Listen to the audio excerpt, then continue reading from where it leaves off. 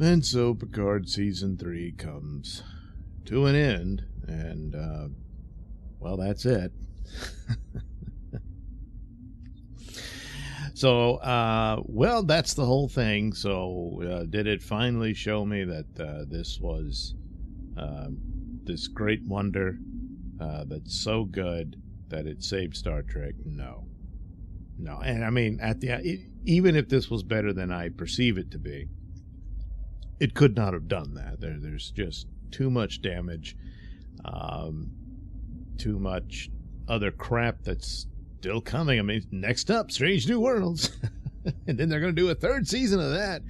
With what money, I don't know. But apparently they had some good numbers on this, but I just can't. I see no evidence that that was such that they're full steam ahead, on an expansive franchise and what have you. I mean, they announced new shows. Section 31 will get a movie. It will not be a series, so I thought that was of interest. The teenage soap opera drama could just be a teenage soap opera drama within the same set. So they could probably film that in a green screen room. Not expecting much from that. Strange New Worlds will be the one that takes most of the money, such that they have. And then there's the cartoon, and I don't know what all the expenses is of that, but maybe a good bit of that is already completed. But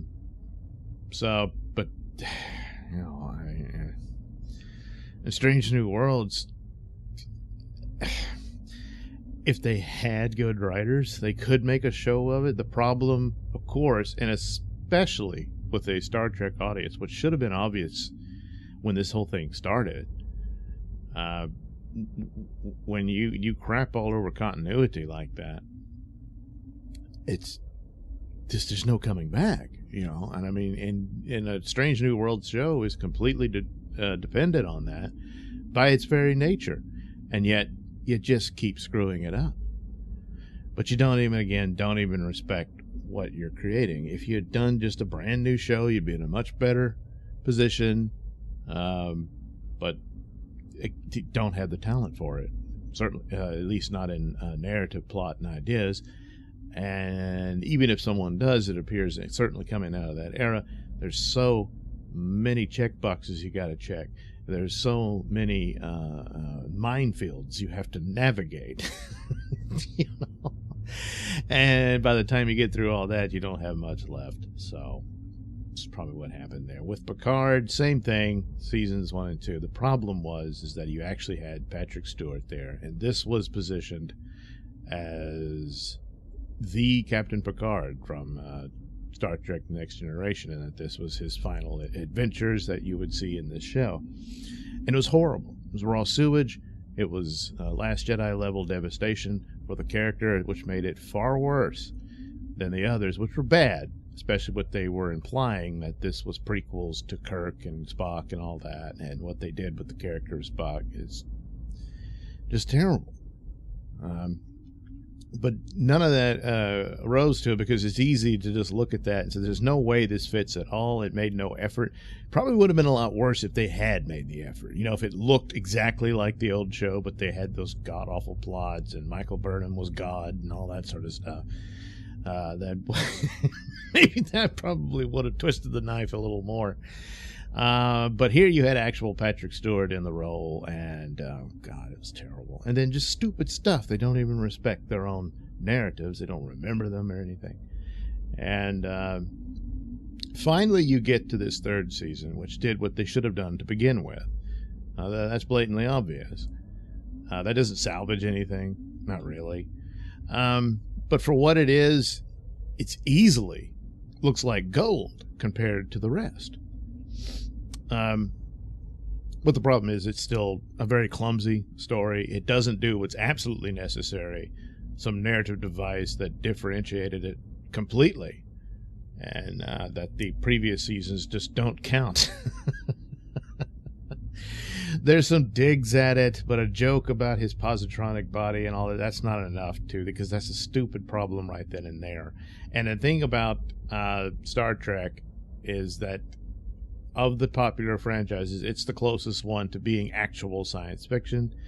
And it does take lengths to try to explain their technology, which is all theoretical, of course, but nevertheless, they take the pains to do it, And in this essence, and this is backed up by previous Trek shows, you just can't, unless you were some way to transplant your brain into an android body.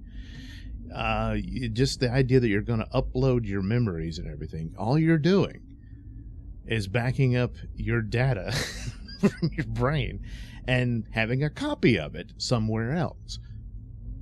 So then you die, you're dead. There's this copy of you, but that's it.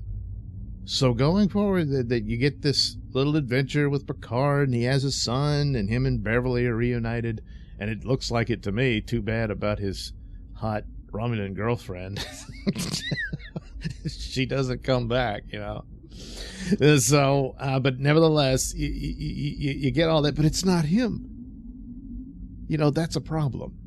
They had Q in the last season, and they could have used that. It's a very quick and omnipotent force to do it, but you could have done it. Should have done it. Didn't do it. By the way, Q's not dead. Surprise, spoiler, he's the end credit scene. He shows up.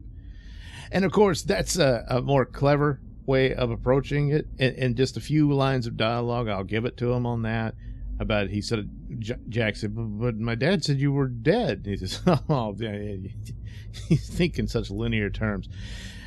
Yeah, I mean, first of all, death for the omnipotent, how is that possible?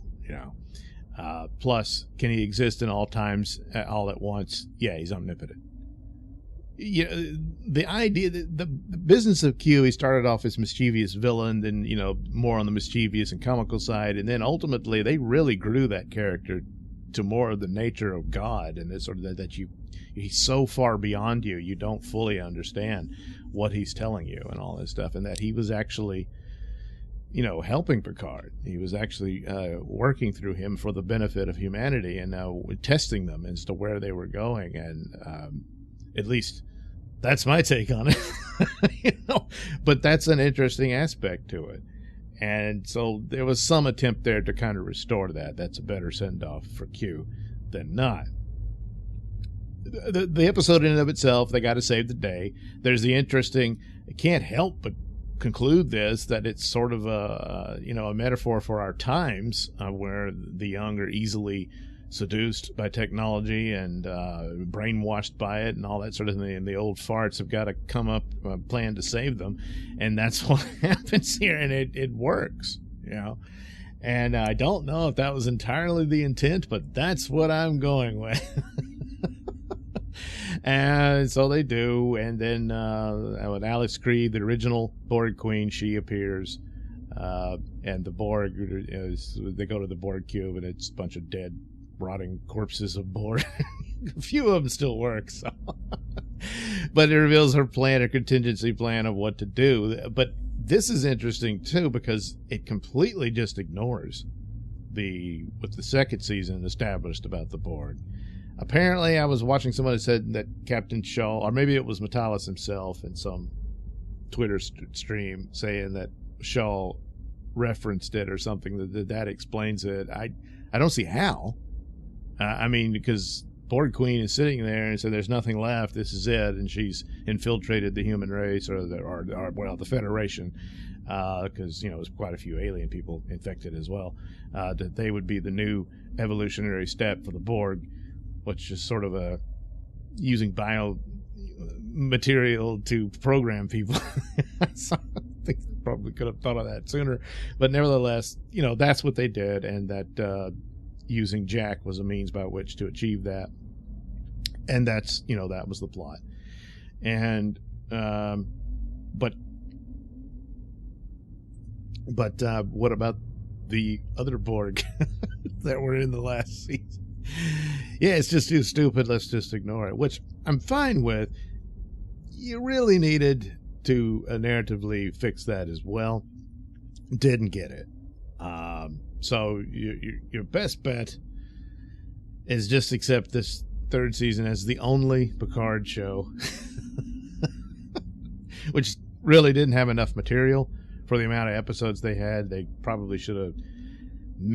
Probably even putting it at 8 episodes is a stretch. They probably could have done a pretty good, tight story in 6 episodes. But anyway, and there's stumbles here and there. The Vulcan mobsters, that's just stupid. Raffi, for what she does, is a bit clumsy here and there, but she just wasn't as annoying and bothersome as they portrayed her in the other two. So, yeah, she's all right. As for the calls for Star Trek Legacy, well, I think people would see it as in the style of this would certainly be an improvement over what the other shows have done, but that's, again, not really saying much. But how they ended, where they renamed the Titan the Enterprise. The old Enterprise is put back in the museum. What are you going to do? It's an old ship. And the Titans renamed the Enterprise, and 7 of 9 is the captain. Raffi, I guess, is her first officer.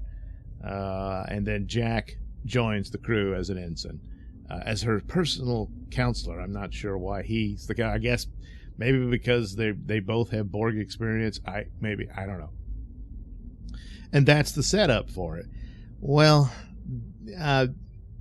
Jack Crusher and Sydney the Forge, perhaps being a relationship, could be something they could rely on. The Raffi and 7 of 9, it was just shoehorned in, just slapped on at the end of the first season, and it's just wasn't treated very well. It doesn't make any sense. I mean, when did this happen to 7 of 9? What the hell is that?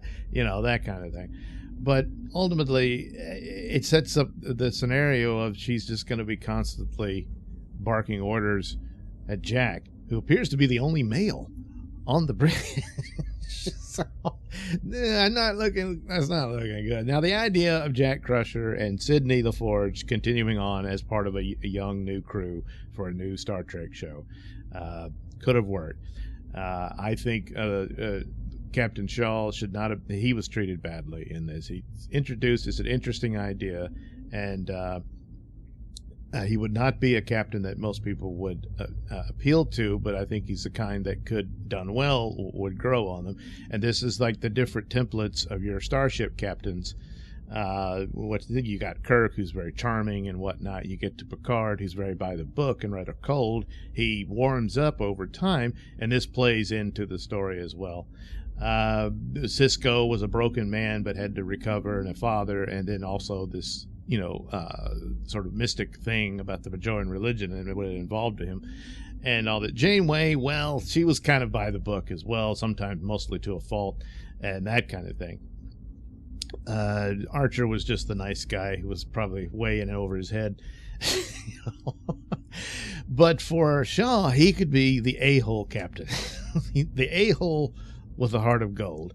And that back and forth tension between him and 7 of 9 would have been an interesting too. They don't particularly like each other, but there's a respect that grows there, and eventually they would be friendly, forces. And to me, that would be a more interesting dynamic for them. If you got to have Raffi, you can have Raffi on there, but I think that would be a better, instead of just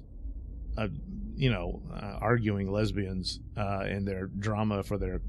I mean, is that a good idea for a command structure of your starship? I don't know, but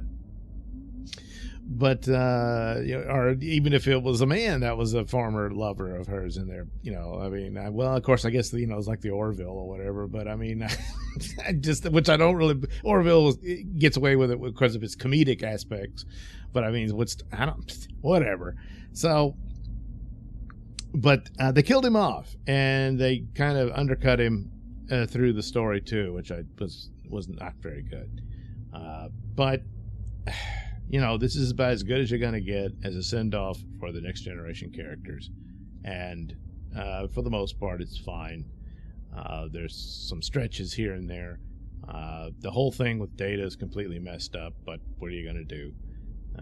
It is ultimately what he wanted, was to be human, and now he's realizing that's not as good as he thought it would be. But, well, what are you going to do, But for the most part, it had more thought put into it and how to get to their different points. It had a structure to it, unlike all the others, which really didn't. It was just throwing it all over the place. And they did have that. The music was nice. That was pretty good.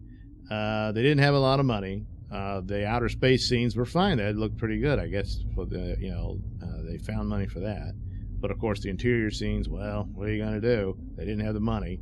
Of course, it kind of worked okay when they went aboard the Borg cube, because that's less light. But you have to understand they were in the middle of taking over the Federation and stuff, so a bit of a drain, you know. But it was always dark on those things. And of course, little bells and whistles. Chekhov's son is president of the Earth, and he gives a message, a warning message on there. It's audio and everything. So, that's nice. And then that's it. They play a poker at the end, and then you have a mid-credit scene of Jack meeting Q, and off they go. So, not really a salvation of Star Trek. Easily a case of too little, too late. Some really good moments. Some fairly decent episodes here and there. Still, episode 4 is the best. This one, it's the ending, and you get the final battle with the bad guys, and okay. Very little in sci-fi concept, but, really wasn't much time for it, and the purpose of it was a goodbye to these characters. To have done another season where it's just Picard, come on. No one would have cared. This is what they should have done. Of course, you can always, hey, what if they had done this in the first place? It'd probably be in a much better place. More than likely, that's true. Even with its flaws and mistakes and stuff like that. Might have been more forgivable, despite, because of the damage done that did happen. That's why it's not forgiven, for the most part. So you're going to get way more scrutiny after you've screwed up so badly. You can't refer to other shows. Well, they kind of messed up here, yeah, but they didn't mess up as bad as you did. And you did nothing to fix it. So it is what it is. As for what they had to work with, they compiled a fairly okay space show. But that's about it. As far as, hey, there's a lot of lessons here and they'll learn from it, I don't know. Because it still really didn't do what you absolutely have to do. For Strange New Worlds to work, they have to just completely...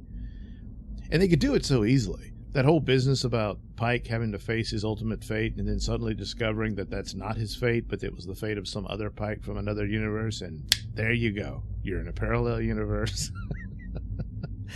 And you're not destroying canon, and you don't have to obey canon anymore. You can do whatever you want. Now, not really going to like seeing doing that because they don't know what they're doing, but nevertheless, it wouldn't be so detrimental to the show, to the overall brand of Star Trek. It's still the missed opportunities, and people with real skill could craft a decent series of Pike's adventures before Kirk takes over. Could have done that.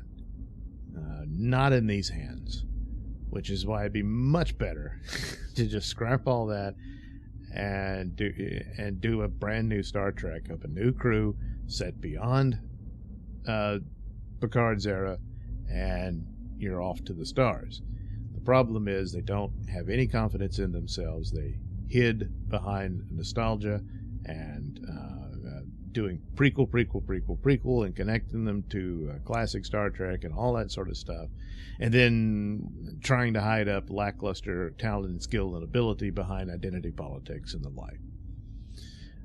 Well, it didn't work. Just still for the need of quantity over quality, apparently, managing to carve out some slots for some of these shows, which will continue to look cheaper and cheaper as they go. Which, in the right hands, you could still make a pretty compelling show on a small budget. But the problem is they started out with massive budgets for these shows. It's like, hey, what happened? Pretty soon, the bridge of the Enterprise will just be lawn chairs and stuff like that, and fold out tables. But anyway, so that's the deal. Again, I saw an adequate space show. There's some nice, respectful things for the Next Generation crew here and there. There's a couple of disrespectful things. I didn't catch the Kirk skeleton. I saw that afterwards. I was like, what the hell? I don't know. What is that, a dig at Shatner or something? I don't know. That's just stupid. But a lot of the damage that was disrespectful to the Next Generation cast had already happened, and they didn't really undo it. It's interesting, the Q scene, that's kind of an undoing it as far as Q goes. And Data being brought back, which is a really convoluted means by which he's restored, but okay. But still, Picard, he's just this facsimile of Picard. He died some time ago. I can't stand that. It needed to be wiped away. Well, just act like it was. Yeah, but they didn't. So, I'm not going to give you praise for something you didn't actually do. So it's a mixed bag of sorts, and but it's probably the best they've done of this group. I gave up on the cartoons. I don't know. People like those. I don't know. I just wasn't for me. And that's about it. That's too bad, but, well, what are you going to do?